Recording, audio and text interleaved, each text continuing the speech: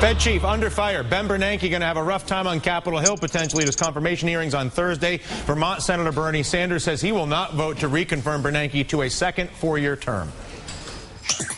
He is part of the problem. He is the smartest guy in the world. Why did he do anything to prevent us from sinking into this disaster that Wall Street caused and which he was a part of? No, I will not vote for Bernanke to stay on as chairman. And Senator Sanders is not alone. Note of all the legislation to come out so far, Senator Dodd at the Senate Finance Committee has been the most aggressive and explicitly has sought to reduce the Fed's powers in financial reform. Meanwhile, in a new op-ed in the Washington Post, Bernanke admits that the Fed and other world regulators indeed could have done more to rein in the excessive risk-taking that was going on as a result of the Fed providing cheap or free money to basically any bank that wanted it, but he does defend the bank's action and is rejecting lawmakers' attempt to audit the Fed as to which backdoor bailouts by the trillion they have provided and continue to provide to banks. And Bernanke objects to any efforts to strip away the Fed's powers to continue to do that sort of thing. He writes, quote, "The Fed played a major part in arresting the crisis, and we should be seeking to preserve, not degrade, the institution's ability to foster financial stability and to promote economic recovery without inflation." What the chairman doesn't mention is that the Federal Reserve has been central in starting these crises over the past 10 years through the egregious mismanagement of economic policy during the past decade. Money simply too cheap. Cheap money makes for all sorts of fun and games, from Bernie Madoff to Dubai to AIG.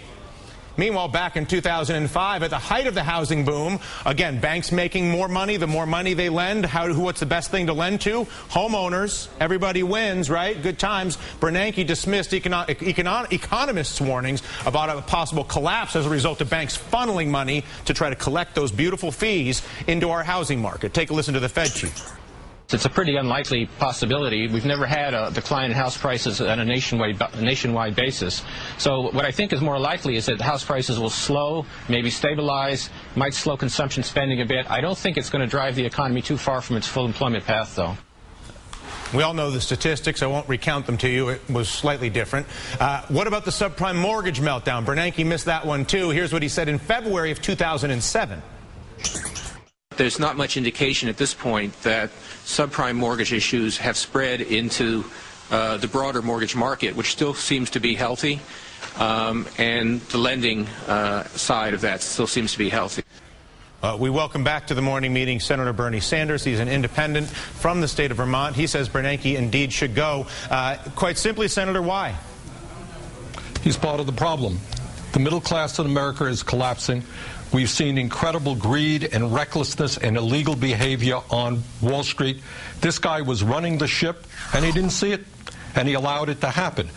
You know, Bernanke served in the Bush administration as the chairman of his economic advisors in 2005. The people last year voted for change, and it makes no sense to me that President Obama is reappointing somebody who was appointed by Bush, who is a conservative Republican, who missed the boat on the most significant economic crisis since the Great Depression. We need a whole new direction in the Fed and in our economic policies, a direction that stands up for a change, not for the rich, not for the top 1%, not for the giant financial institutions, but for the working class and the middle class of this country. And nobody thinks that Ben Bernanke is that person. If you were to look at the Fed chief and the way, and forget the Fed chief, if you were to look at the way the Federal Reserve operates and the fact that they give special privileges to bank CEOs who are custodians of other people's money, other people's savings, other people's business profits, other people's life insurance policies, and the U.S. taxpayer gives those businesses, unlike any other, like the police get special privileges carrying weapons, etc. in public, the banks get special privileges from the taxpayer, easy access to money. What is wrong with the Fed chief providing free money to the banks without disclosing the collateral or anything about it? Why should the Fed chief not be allowed to give freely trillions of dollars to bank CEOs to do whatever they want with and not have to disclose it? Obviously, I mean, you're asking the exact question that I, as a member of the Senate Budget Committee, asked Bernanke. And I said to him last year, you know, you have lent out trillions of dollars of taxpayer money at zero interest to huge financial institutions. Can you tell me, Mr. Bernanke, which institutions received that money? And you know what his answer was? I don't. No, I won't tell you. And on that day, I introduced legislation which would demand that he tell us, and in fact, that passed the Senate. We haven't gotten it past the Congress yet. We're working on, with Ron Paul, an audit of the Fed.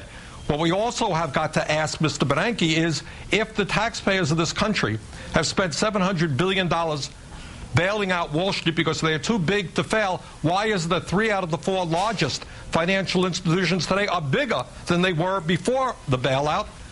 Why is it okay that 4 large financial institutions writes half the mortgages, 2/3 of the credit cards in this country, and controls 40% of the deposits? And why are the bottom line? Yeah, go ahead. Go ahead. The bottom line to me is that the middle class in this country is collapsing. We've seen that trend downward for the last many, many years, way before Bernanke. He's not the cause of the problem. But we need a new direction. We need President Obama to take this country in a new way, new economic policies, and you don't appoint the same old guys if you're going to do that. Senator, I hope you come back soon. I appreciate the time and the conversation. Thank you. All right, Senator Bernie Sanders.